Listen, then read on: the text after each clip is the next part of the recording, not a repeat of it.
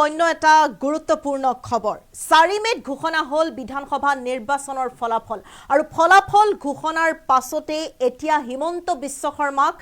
প্ৰশংসাৰে উপচাই পেলাইছে অখিল গগৈ আৰু তাৰ বিপৰীতে যদি আমি চাও লুৰিণজ্যোতি গগৈ আৰু গৌৰৱ গগৈ তুলাধুনা অখিলৰ হিমন্ত বিশ্ব শৰ্মাক লৈ বিশেষ মন্তব্য কৰিছে যে বুকাই পানীয়ে নামি হিমন্ত বিশ্ব শৰ্মাই প্ৰচাৰ চলাইছিল কিন্তু গৌৰৱ গগৈ আৰু লুৰিণজ্যোতি গগৈ দুখীয়া মানুহৰ ওচৰলৈ যাবলৈ বেয়া পাইছিল দুখীয়া মানুহৰ গোন্ধ লবলৈ বেয়া পাইছিল এইদৰে মন্তব্য কৰিছে কেৱল ইমানেই নহয় বিজেপিয়ে যি পলিটিক্স কৰিছিল সেই পলিটিক্স বুজি নাপালে কংগ্ৰেছে বুজি নাপালে এই মুহূৰ্তত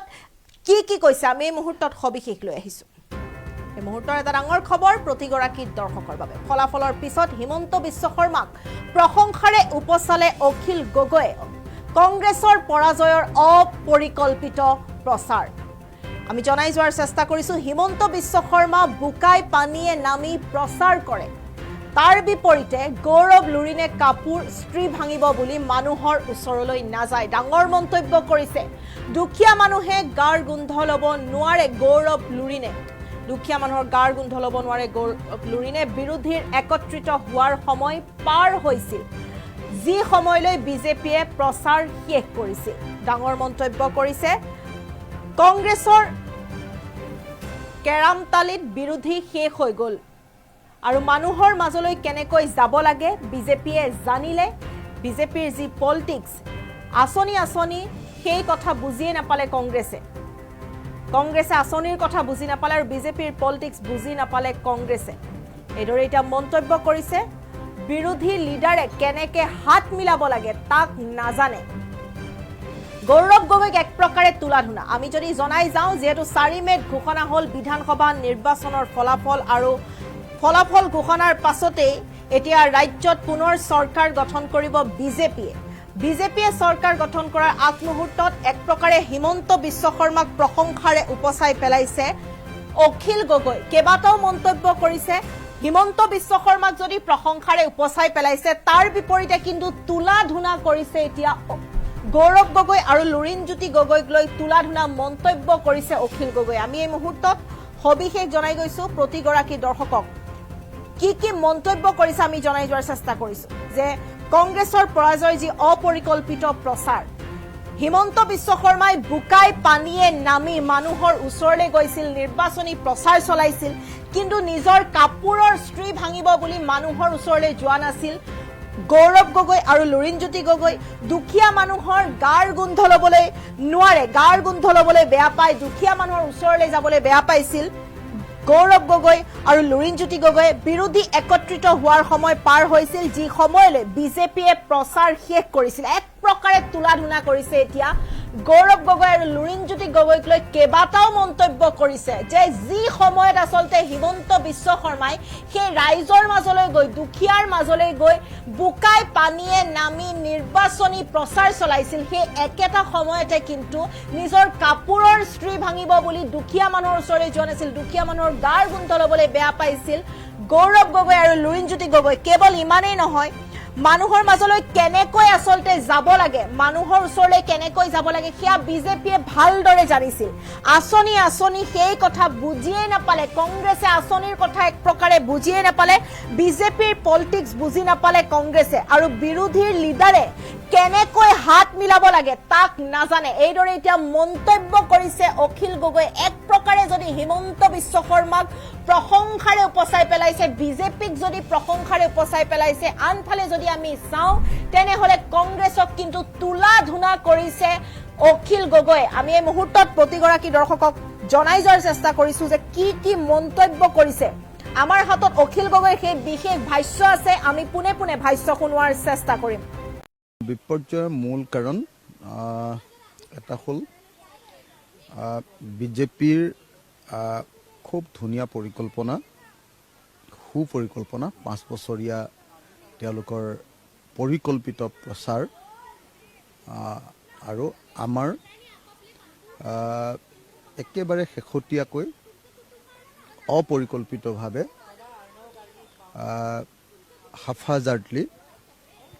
হাফ হাৰ্টেডলি কৰা প্ৰচাৰ সেইটো কাৰণে আমাৰ বিপৰ্যয় ঘটিলে যে বিজেপিয়ে ইলেকশ্যনত জিকিবলৈ 5-6টামান ষ্ট্ৰেটেজি লৈছিলে আৰু আমি সঠিকভাৱে ষ্ট্ৰেটেজি লোৱাত ব্যৰ্থ হৈছিলোঁ কাৰণ আমি বেছিভাগ সময় এলায়েন্সৰ কাৰণে মিটিং কৰি থাকোঁতে গুচি গ'ল নহয় কংগ্ৰেছৰ কেৰামতালিত আমি চব বৰবাদ হৈ গ'লোঁ তেওঁলোকে কি কৰিলে অৰুণোদয় নামঘৰ চব নামঘৰবিলাকক পইচা দিলে এইটো কিমান ডাঙৰ পলিটিক্স বিজেপিৰ পলিটিক্সটো কংগ্ৰেছে বুজিয়ে নাপালে প্ৰত্যেকটো নামঘৰত 3 লাখ অসম দৰ্শন কি কৰিলে তাৰ ফলস্বৰূপে যে মছজিদক নিদিয়ে নামঘৰক দিয়ে এইটো কৰি কৰি হিন্দু মুছলমানৰ মাজত যিটো পাৰ্থক্য সেইটো গাঢ় কৰি পেলালে যোৱা 5 বছৰ এই গোটেই যিটো ষ্ট্ৰেটেজি বিজেপিৰ এই বিজেপিৰ ষ্ট্ৰেটেজিটোৰ বিপৰীতে আমাৰ কি ষ্ট্ৰেটেজি আছিলে আমাৰ বিৰোধী পক্ষৰ কোনো ষ্ট্ৰেটেজি নাছিলে মানে যোৱা 5টা বছৰ ক'বলৈ গ'লে কংগ্ৰেছৰ বিধায়কবিলাকে কমপ্লিটলি হিমন্ত বিশ্ব শৰ্মাৰ কথা মতে চলি আছে যাৰ ফলস্বৰূপে মানুহে ভাবিলে যে ইহঁতে মাতিবই নোৱাৰে ইহঁতক ভোট দি কিটো লাভ হ'ব ইলেকশ্যনৰ সময়ত আপোনালোকে দেখিলে নে নাই হিমন্ত বিশ্ব শৰ্মাৰ আগ্ৰাসী প্ৰচাৰ হিমন্ত বিশ্ব কি দেখুৱালে জাপ মাৰি গৈ মানুহৰ মাজত গৈ জাপ মাৰি গৈ চেলফি উঠে হিমন্ত বিশ্ব শৰ্মাই কি দেখুৱালে হিমন্ত বিশ্ব শৰ্মাই দেখুৱালে চোৱা হেণ্ডশ্বেক কৰি কৰি হাত একদম ছিগি গৈছে আৰু আমাৰকেইটাই কি দেখুৱালে আমাৰকেইটাই হেণ্ডশ্বেক কৰিলেও ভালকৈ হেণ্ডশ্বেকটো নকৰে চাবচোন ইস্তি ভাগি যাব গা গোন্ধাই দুখীয়া মানুহৰ আমাৰ মানুহকেইটাই হেণ্ডশ্বেকটো কেনেকৈ কৰে আপোনালোকে নিজে চাবচোন এবাৰ আমাৰ লিডাৰে বিৰোধী লিডাৰবিলাকে কেনেকৈ হেণ্ডশ্বেক কৰে এবাৰ আপোনালোকে চাবচোন মানুহৰ লগত হিমন্ত বিশ্ব শৰ্মাৰ কাপোৰ ইস্ত্ৰি মুখ্যমন্ত্ৰী কাপোৰ ইস্ত্ৰি থাকে নেকি আমাৰ গীটাৰ একদম ফ্ৰিয়া ইস্ত্ৰি দীঘল একদম চিধা ইস্ত্ৰি থাকিব লাগিব ওচৰলৈ মানুহে খুন্দা মাৰি দিব জিকিব নেকি এনেকৈ ইলেকশ্যন ইফালে হিন্দু মুছলমান কৰি দিলে একেবাৰে মানসিকভাৱে দুৰ্বল কৰি পেলালে হেৰিয়াক আপোনাৰ কি কয় আপোনাৰ আমাৰ তৰুণ গগৈৰ আমাৰ কি কয় গৌৰৱ গগৈক দুৰ্বল কৰি পেলালে হেৰি কৰি কি কয় আপোনাৰ পাকিস্তানী এজেণ্ট কৰি তেওঁ বুজিয়ে পোৱা নাই কি কৰি আছে কংগ্ৰেছে বুজিয়ে পোৱা নাই কি ষ্ট্ৰেটেজি লৈ আছে এফালেদি একেবাৰে এজন মানে উগ্ৰ চেলবেলীয়া একেবাৰে উগ্ৰ জনতাৰ লগত মিলি থকা উগ্ৰ মানে একদম পানীত জাপ মাৰি দিয়া মানুহ এটা আৰু আনফালেদি একদম আৰু চাৰ্টাত চিধা কৰি ৰখা গহীন গম্ভীৰ কৰা অপজিশ্যনৰ লিডাৰ এজন ক'ত ইলেকশ্যনত জিকিব আপুনি জিকিব পাৰিব নেকি আপুনি কওক ইফালে আপোনালোকে চাওক হিমন্ত বিশ্ব শৰ্মাই ইলেকশ্যনত কেইবাৰ কেম্পেইন কৰিছে নামঘৰে যেতিয়া চেক বিতৰণ কৰিছে তাৰ পাছতো যদি অপজিশ্যন হৈ যদি আমি গাঁৱে মানুহৰ ওচৰলৈ নাযাওঁ নামঘৰে চেক বিতৰণ মানে আপোনালোকে বুজি পাইছেনে নাই বাৰু কলিজা কপি যোৱা ঘটনা এজনী মহিলা প্ৰত্যেক ঘৰৰ এজনী মহিলাক যেতিয়া আপোনাৰ 10,000 টকাৰ চেক দি দিছে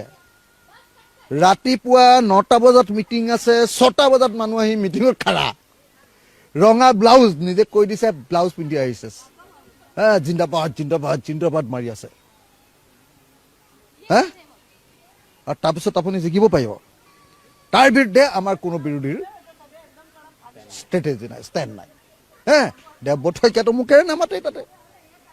আৰু যিমানবিলাক আমাৰ অপজিশ্যনৰ লিডাৰ আছে নামাতেই আৰু মুছলমানকেইটা বেছি মুছলমানকেইটাতো হিমন্ত বিশ্ব শৰ্মাই মোক যেতিয়া গালি পাৰে সিহঁতি এনেকে ধপ কৰি হিমন্ত বিশ্ব শৰ্মাক হেৰি কৰি থাকে ছাপৰ্ট দি থাকে তাৰপিছত আপুনি জিকিব পাৰিব নেকি নিযুত মইনা আমাৰ গোটেই মানুহ যোৱা 5 বছৰ 10 বছৰ ধৰি চব হতাশ সিহঁতৰ বুথ কমিটিত মাহে কি মন কি বাতত সদায় চাহ খুৱাই ভাত খুৱাই MLA কেইটাই ফটো উঠে তহঁতৰ কি সমস্যা আছে দে কৰি দিওঁ বুলি কয় আমাৰ কেইটাই কি কৰে MLA হোষ্টেলৰ পৰা নাহেই বাকীবিলাক নেযায় পাব্লিকৰ মাজত কি কৰিব হাৰিবই সেইকাৰণে অকল মুছলমান বিধায়ককেইজন জিকিছে আন কোন জিকিছে কোনো জিকা নাই নহয় একজনো জিকা নাই নহয় গৌৰৱ গগৈ কেইটা কেম্পেইন কৰিলে কওকচোন গোটেই ইলেকশ্যনটোত কেইটা কেম্পেইন কৰিলে কওক তিনি গগৈ এতিয়া মানুহে পঢ়ছে যে তিনি গগৈ অহাৰ পিছতো নহ'ল। তিনি গগৈ এখনহে মিটিং কৰিলে খোৱাঙত অকল এখন মিটিং কৰিলে। মোক ৰাহুল গান্ধী অহা মিটিংখনলৈ নামাতিলে। মই গৌৰৱক কৈছিলোঁ, গৌৰৱে ক'লে বোলে, মই ক'লোঁ এই কাইলৈ পৰহিলৈ কি প্ৰগ্ৰাম আছে? বোলে ৰাহুল গান্ধী আহিব নহয়। মই বোলো মোক মতা নাই যে, মাতিলে মোক। মই ডাইৰেক্ট মই আপোনালোকক এটা কথা কওঁ হা। আজি প্ৰধানমন্ত্ৰীয়ে কিমান দিন আহি ইয়াত কেম্পেইন কৰিলে, অমিত শ্বাহে কিমান দিন কৰিলে, JP নাড্ডা কিমানবাৰ আহিলে, বিজেপিৰ কেন্দ্ৰীয় সভাপতিজন কি নাম, আজিকালি নতুন এজন হ'ল নহয়, নীতিন নবীন নে কি, সেই মানুহটোৱে কিমান দিন আহিলে, তেহেঁতৰ মন্ত্ৰীবিলাক কিমানবাৰ আহিলে, আমাৰ কংগ্ৰেছৰ লিডাৰ কেইজন আহিলে, কেইখন মিটিং কৰিলে মোক কওকচোন আপুনি। ৰাহুল গান্ধী 2 দিন, প্ৰিয়ংকা গান্ধী 2 দিন। প্ৰিয়ংকা গান্ধীক মই সন্মুখীকে হেলিকপ্টাৰত যে আছো, সেইফালে প্ৰিয়ংকা, এইফালে মই, লগালগি। মই প্ৰিয়ংকাক কৈছোঁ, যদি সঁচাকৈ তোমালোকে জিকাব খুজিছা তেতিয়াহ'লে 4 দিন তুমি থাকা, তুমি 2 দিন লৈছা আৰু 2 দিন লোৱা, আৰু ৰাহুলকো আৰু 4 দিন ল'বলৈ কোৱা। গৌৰৱে একবাৰৰ কাৰণে যোৰহাটত আহকচোন অখিল দা, মোৰ হৈ এবাৰ মাত মাতি দিয়ক বুলি নক'লে, হাঁহি থাকিলে সেইকাৰণে। মই গৈ 3খন মিটিং কৰি দিয়া হ'লে যোৰহাট উল্টি গ'লহেঁতেন। যোৱা সময়খিনিত সঁচাকৈ মই কৈছোঁ, ক'বলৈ বেয়া,